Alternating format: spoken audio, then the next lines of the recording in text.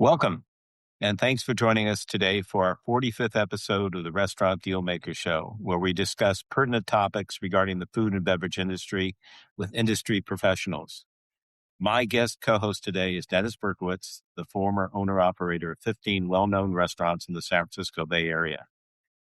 Originally from Pittsburgh, Pennsylvania, Dennis started on his career path early by helping his father, who was also in the restaurant business. Dennis was dipping ice cream by the time he could reach the ice cream cabinet. And he got that restaurant bug, and his ambitions didn't end with ice cream. He graduated from Michigan State University in 1961 with a degree in restaurant management, and then served in the military as a lieutenant and managed the Fort McNair Officers Club in Washington, D.C. Hotels were the next phase of Dennis's career. He worked in Boston at the Hotel Corporation of America, now the Sonesta International Hotels Corporation. And in 1967, he was recruited across the country by Richard Swig, the chairman of the Fairmont Hotel Management Company in San Francisco.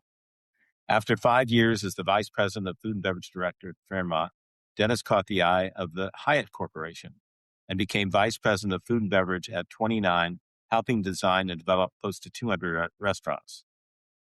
It wasn't until 1978 that Dennis switched gears and opened the first Max's Son restaurant in Daly City, and named the restaurant after his father, Max. He'd been successful at his job at Hyatt, and so he thought he might as well be successful for himself. This restaurant was named after himself, but was also a tribute to his father and had a nice ring to it. The company took off, and the second Max's restaurant, Max's Opera Cafe, opened in San Francisco, and the restaurant featured singing servers and high-end delicatessen bistro food, which was unique for the time and place. Dennis stated that this restaurant put him on the map as it was a very edgy restaurant at the time.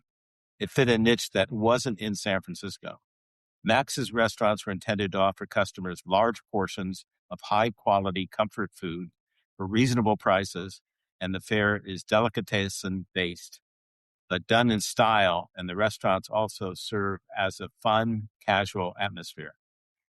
Dennis has left an impact on the Max's menu itself by having menu items named after family, friends, and even his doctors over the years. There's one sandwich named for United States Representative Jackie Spear, a Democrat in San Mateo, a family friend who also officiated his son's wedding. So without further ado, I'm going to start the conversation with Dennis by asking him the first question, which I'm going to modify somewhat, since I guess his restaurant career began by scooping ice cream. But the first question would be, what was the real first food and beverage job you had, other than the ice cream job, and in the industry? Was in a delicatessen called Solomon's. It was an iconic restaurant in Shaker Heights in Cleveland. And Sidney Solomon taught me the business. And he taught me how to carve. I was the best turkey carver he ever saw, so he made me a counterman where I would make 3-ounce corned beef sandwiches. I got the idea of big portions, quite frankly. And every summer we used to go to Atlantic City. And on the boardwalk, there are these restaurants, and they had huge portions at the window, big lemon rind pies. So I got my portion, my portion regimen by when I was very, very young in Atlantic City. So that's how I started. And then I graduated to a restaurant in Akron, Ohio, in my senior year in a high school called Giacomini's. It's now called Papa Joe's. And I was the only waiter in the restaurant, because it was only waitresses. And because I was only 18 years old, I served their desserts and they served my liquor. So I had a wonderful time in this restaurant called Giacomini's, and I still talk to the family who operates it, and they're just wonderful people. I do a little consulting for them. So that's really how I started food business. And I had to cook Italian guys, even though I worked as a waiter. Shift started at 11 o'clock. I'd come in and walk in the morning, and the boys taught me how to cook Italian. So basically that was my foundation: delicatessen and Italian food. That's how I started. I was probably between 18 and 20. Yeah, I was a senior in high school, and then I went to Akron University for the first 2 years. And when I was in Akron U, I was working in their restaurants, and I always had a nice bundle of ones in my pocket because I made from the tips, yeah. And there was no $5 tips; it was all $1 and $2 tips. So you had to wait at a lot of tables to make a buck. Yeah, But I did. that's cool. That's wonderful. So Dennis, what's your favorite part of the hospitality business? Well, people ask me all the time, now that I've sold all the restaurants, do you miss it? That's the key question. And my answer is I cease to have fun in the restaurant. I cease to have fun. I used to have a lot of fun with my restaurants because, you know, I have like a little bit of a sadistic humor, right? And you have to have that in delicatessen business because the customer, the delicatessen customer, and that's code word for Jewish people, they're very difficult. They're very difficult to please because generally in the delicatessen business, they have a food sickness. And so the three most questions for them were, number one, is it lean? Is it lean? The second question, I want it hot. Burn my mouth out. I want it hot. And the third, don't sit me by a draft. So those three things are the most important thing for the delicatessen customers. So, and I had a lot of fun on the floor. I always was kidding around. I'll tell you an interesting story. A lady came in and we forgot her pickle on her corned beef sandwich, and she complained bitterly. So the next day I took a 5-gallon bucket of pickles and took them and put them on her front porch. So that's the kind of shtick I did. And that's what, and I had a lot of fun. I had a lot of fun doing it. And it was a real nice, and I did that for many, many years. And of course, on our restaurants, the front door said, "This is a bad place for a dive, and critics not welcome." They call me Denny 2-star because I never got better than 2 stars.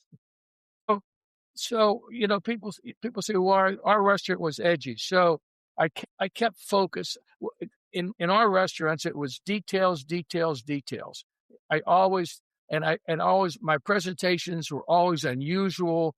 They were abundant, and people really came. We established such a continual clientele. People came back and back because we served quality food.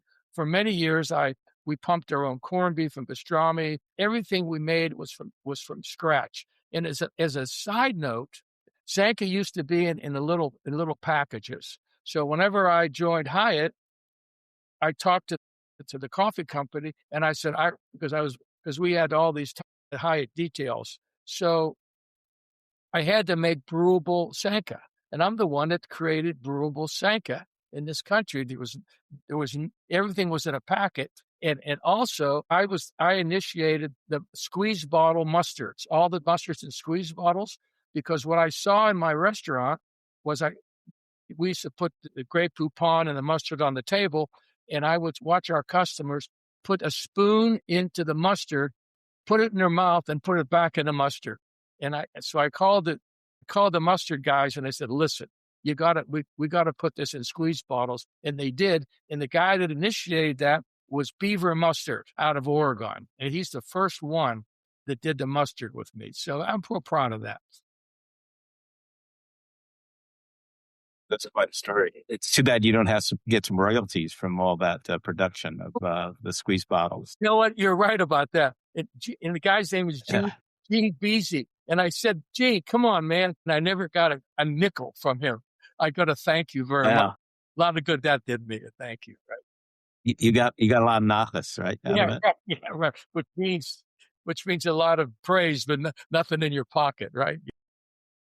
And I think the most important thing I did is I think the most important game changer for me is when I came to the Fairmont in 1967 and Dick Swig hired me. That was the game changer because because if you can make it in the restaurant business in San Francisco, you damn near can make it anywhere. So even though he was very difficult to work for, it was well worth it. And I had a very exciting time at the Fairmont, where I worked as first, I was food and beverage director of the hotel at a very young age. I think I was 26 or 27 years old. And then I eventually became vice president and ran all the hotels. And the Fairmont was a very exciting deal for me because at that time, it was the finest hotel in the city. There was no Ritz, there was no Four Seasons. There was just the Fairmont, the Mark, and then eventually Stanford Court. Then there was the St. Francis and the Sheraton. So we pretty much had to market to ourselves. Those were important. Those were important factors in my development in my career. So what were the biggest challenges you had working at the Fairmont? Because I know I did a small stint at the Fairmont for my when I went to Cornell Hotel School. Yeah. One of the biggest challenge I had is not coming to work for Zims, because your father tried to recruit me every month. He would call me, and I remember I came over to his house in Marin County with my wife Janice, and we came in through the back door. And I said to Janice, I said, someday we're going to have a house like this. So your father gave me a lot of incentive, but he was a great guy. He really was. He'd call me all the time to come work for Zips. And the first thing I would have done is fire your ass. Yeah, I'm glad you didn't make it over, because then right? that would be history. You know that. You know the story. Right. You know the story that's coming, right? You want to hear the story? Well, yeah, let's hear the story. Well, I had a restaurant called Max's Son, and in the back we did a barbecue. It was a big restaurant, so we made the back room barbecue because we couldn't fill up the rest of the restaurant. So it was called Mr. Bones, and you heard about it, and either you or your father called me. You wanted to check it out, right? You did check it out. You took pictures of everything, and then you put it into Zims, right? And I was so mad at you, Steve, for all these years. But today I'm forgiving you. I'm forgiving you today. Because my wife said you shouldn't hold a grudge, but I don't believe that. So the grudge is over. You're forgiven. Thank you. I did get a lot of ideas from you, and we put them in the restaurant, and they worked really well. We used one of those Chinese smokers, and because we didn't have a lot of extra room to do the hanging of the ribs and the chicken, etc. And it was a good add-on to our restaurant. But you definitely, I learned a lot from your merchandising expertise, which was very strong. You've got a very unique, outstanding personality. Who did you get your personality from? My father. He was a wise guy. So like, we had a restaurant called the Corned Beef Center in Akron, Ohio. So a guy comes in and he said, I want extra onion on my sandwich. My father took the two ends off the onion and put the whole onion on the sandwich. That's the kind of guy he was. And he was a wise guy. I got that from him. So yeah. No, it's a nice thing. It's a nice trait to have, for sure. I'm sure it served you well in your successful career. I'll tell you something important. When I was hired by Hyatt, Donald Pritzker and Skip Friend hired me. Now, Donald Pritzker, for your information, his son is J.B. Pritzker, the governor of Illinois. That was Donald. And he died at 39 years old on the tennis court because he was overweight. He would go down to Critican, lose 40 pounds, come back, gain it back. But anyway, he left it with something very important, and it was leave them laughing. So my management style became a humorous one. And because if he'd call you in his office and he didn't like something and he dressed you down, when you walked out the door, you were laughing. And that is, I think, of all the things I learned, that was maybe one of the most important things. I have fun in what you do in your job, because the restaurant business can be a lot of fun if you handle it properly. Yes. Interesting you mentioned Donald Pritzker. He was talking to my father about purchasing Zims. And really? Donald was? He wanted he was. And he wanted us to actually, run some of, I guess, his coffee shop operations in the hotels. But because we were union, he decided that the numbers didn't work out. And so it didn't, but I know Dad had some very interesting, memorable experiences talking to Don, and it was a heartbreak when he died at such an early age. Must have been before my time. Yeah, it could have been. Yeah. Dennis, what are your strongest areas of expertise, and how do you deal with those strong areas to overcome your major challenges of the business? Well, I think what did me well is attention to detail. For example, when I worked for Hyatt, I used to serve a cup of coffee. It was with we would put shaved chocolate. We'd serve it with fresh whipped cream. We would do all the little details. Like when I had Max's, there were 4 or 5 mustards that were placed on the table. We served hot breads. As a matter of fact, when we started, we used to use the bagel sticks from House of Bagel, toast them fresh. It was just the details of what we served that were so important. And when I was with Hyatt, we had so many we did so many of these things that the PR people picked it up and they called it a touch of Hyatt. And I think they still use that even to this day, because there were, like at Max's, no one ever served brewed iced tea. We would put 2 tea bags in the hot water in the pot and serve a big 24-ounce glass of ice, and people got fresh iced tea at the table. And that was pretty novel, and it still is. And it was a real pain in the ass to deliver. So there's a lot of detail. And I also treated my employees very well. And even to this day, people walk up to me and thank me for their career. And even though they may not be in the food business, the people that work for me liked me. And I never in all my years working, and it's been maybe 60 years or whatever it is, I've never been sued by an employee. Never. And I've never been accused of a harassment act, nothing. So I'm very proud of that. That's quite an accomplishment. Yeah, really accomplishment. It certainly is. So of all the many accomplishments that you've achieved throughout your career, what single accomplishment is most meaningful to you? Well, I think 2 things. One is the development of the Hyatt Food and Beverage program, and I did it in 7 years. I started with Hyatt when they had 17 motor hotels, and when Don and Skip hired me, they expected me all by myself to give them 17 Fairmonts, and that wasn't going to happen. But I developed a lot of specialty restaurants because that's what I knew. That's kind of what I knew to do. And back then, there really wasn't any competition for me because the people that ran the Sheratons, the Westons, the Hiltons, they all had their head up their ass. And they were all run by chefs. The chef ruled the roost, and the management was scared of them. So what did you get? You got the food that a chef would like. And that doesn't necessarily mean what the market wants. Because back in those days, the chefs in these major hotels, they were carving ice and they were going to culinary competition. And my guys at Hyatt, we were keeping our eye on the beans. Crisp bacon, crisp toast, nice eggs, the coffee shop. That's where the customer lived, in the coffee shop. So what I did is I basically made this coffee shop a specialty restaurant. So we ended up with two restaurants at every hotel, one a specialty coffee shop, and I was the first one to put a buffet in a coffee shop. And that was very popular. I think COVID killed it, but we had beautiful buffets in our coffee shop where the customer could help themselves. It took the edge off the service. And then I created specialty restaurants for Hyatt. Probably the most famous was Ginsberg and Wong. That was a Jewish Chinese combination in Cherry Hill. It lasted for 20 years.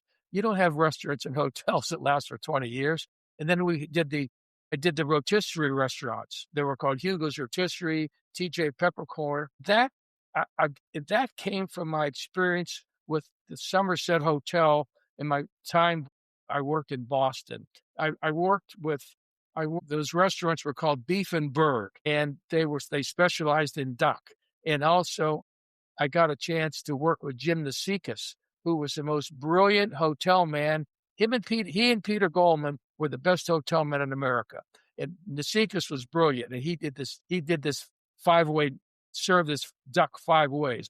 So I picked up on that, but I made it into an open kitchen with a rotisserie, and it was a huge hit. And I must have done 15 or 20 of those restaurants, and every single one of them was successful. And the most notable one, the first one, was in Lake Tahoe, Hugo's Rotisserie, down by the lake in that circular building. It's now, I think, called the Lone Star, but it was immensely successful. And so I made the hotels like freestanding restaurants, like they were independent, right? Because the other hotel guys, they were living out of the Escoffier cookbook, and I had nothing to do with that. Everything we did was innovative, and I hired a bunch of young guys because I was young, a bunch of young guys, very spirited, and we pulled it off. It was remarkable. It was remarkable, and I even created a restaurant in Boston we had a restaurant in San Francisco called the Empress of China. So the Hyatt in Cambridge, I put a Chinese restaurant called the Empress on top of it, and it was run by my mentor Sonny Chin, who was a master Cantonese chef that worked with me at the Polynesian Village at the Somerset Hotel in probably 1965, and he taught me how to cook Chinese and how to work with a cleaver and bone the chicken. He was sensational. And so those were really kind of important things that was before Max's. So, and I got to tell you that the Hyatt people, 50 years later, they still treat me, they're the gift that keeps on giving. I get family rates. They treat me, I've only there 7 years, but they treat me like I'm still an employee. There's in Chicago Hyatt built a corporate headquarters, and they have a Hall of Fame in Chicago. I'm on it, and I provided a lot of the information for it. And I'm so proud of being on that Hall of Fame in Chicago. If I could go back to work, I could go back to work for the Pritzkers anytime, just for my seniority, and I would do it pro bono. But since I'm 86 years old, I don't think they're interested. I'm too much of a workman comp for them. They don't want me to fall down on a job. Those are great experiences. I doubt it since you're such in good shape. For those of you who don't know, Dennis plays tennis, singles tennis every day, and has been doing so since he's been like 15 years old. So he's not your typical 86-year-old. So if you could change any event or decision that you made in your career, what would that change be and why? Well, I certainly wouldn't have gone to Chicago.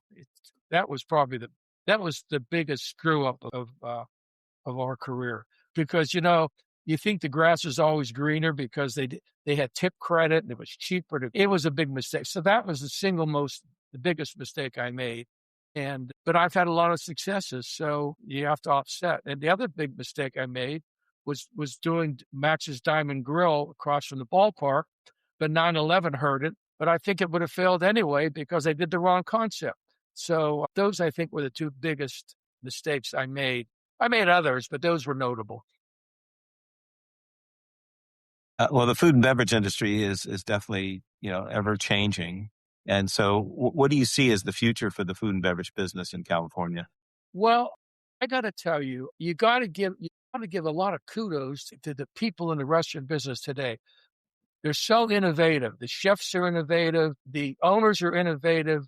They're really terrific restaurants, and they're popping up all over the place. So the development of restaurants is sensational right now. Even the fast food guys are coming every day.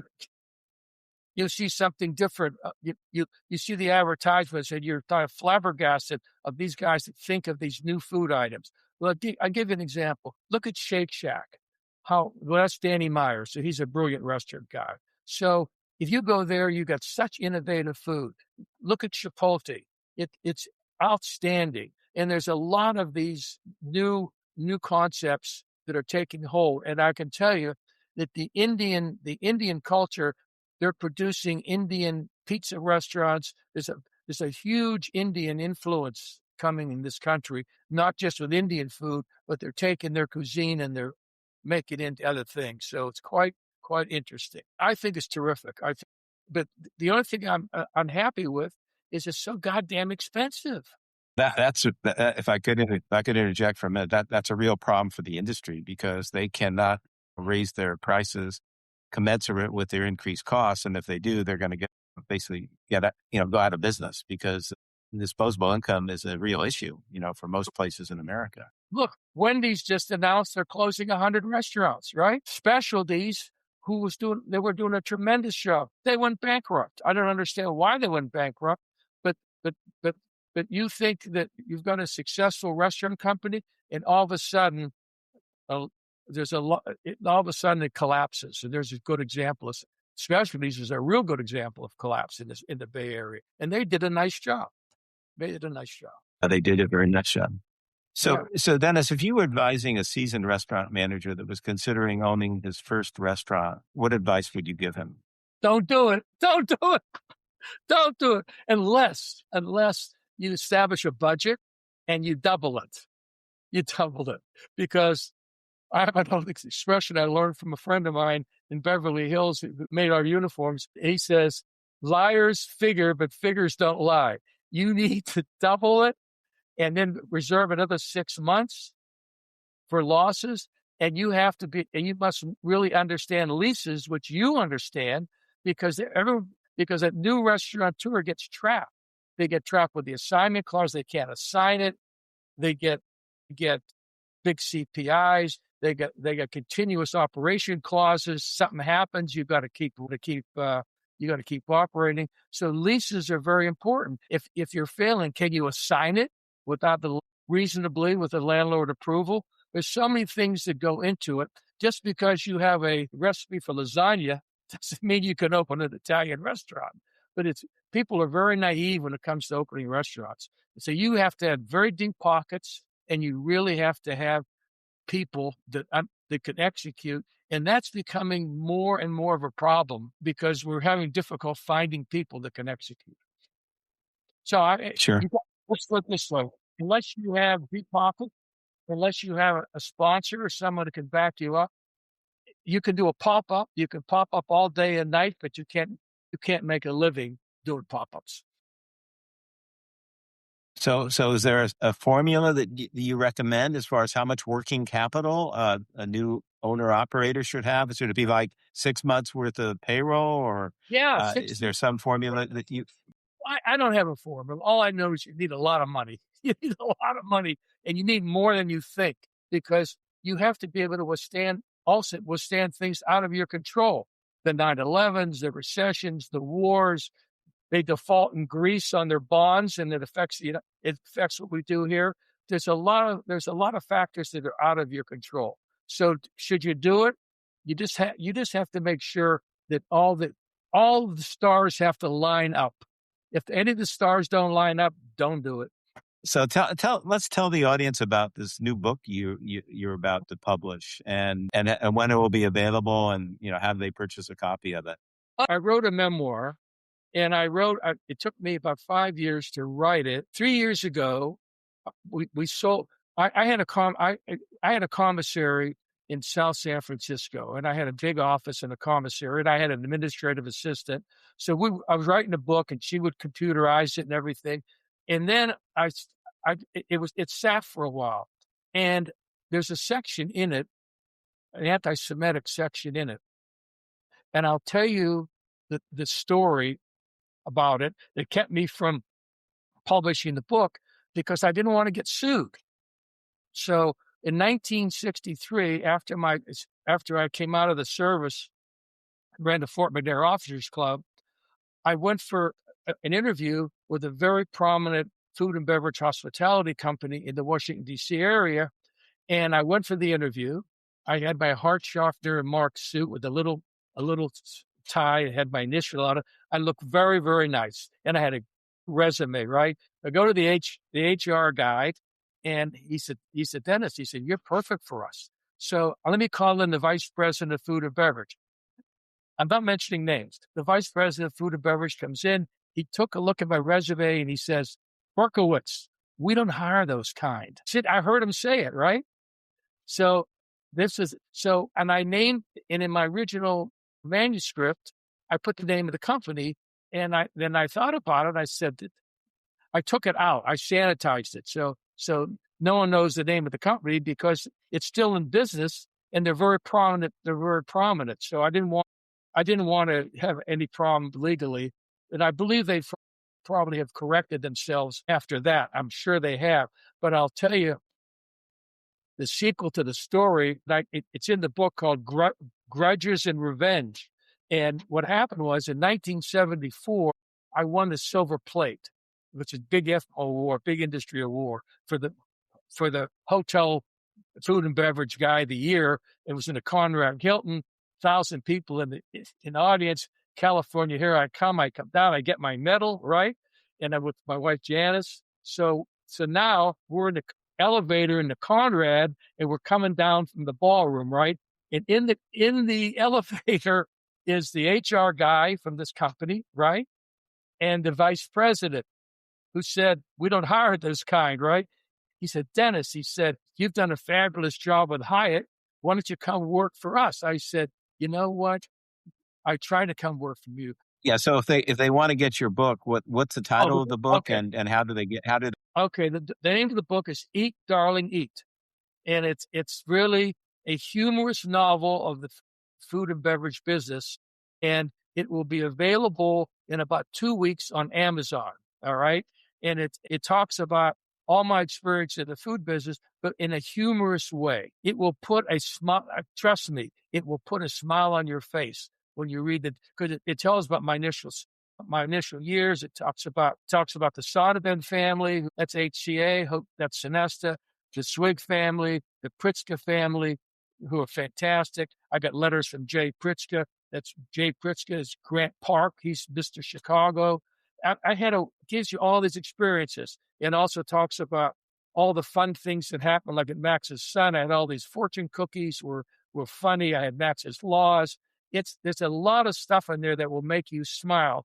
It's like funny thing happened on the way to the forum, right? It's all in there, and it's the good, the bad, and the ugly. But I think it's going to be an enjoyable read for people, and it'll be available in about 2 weeks. Good. I look forward to getting it. Yeah, it's going to be on Amazon.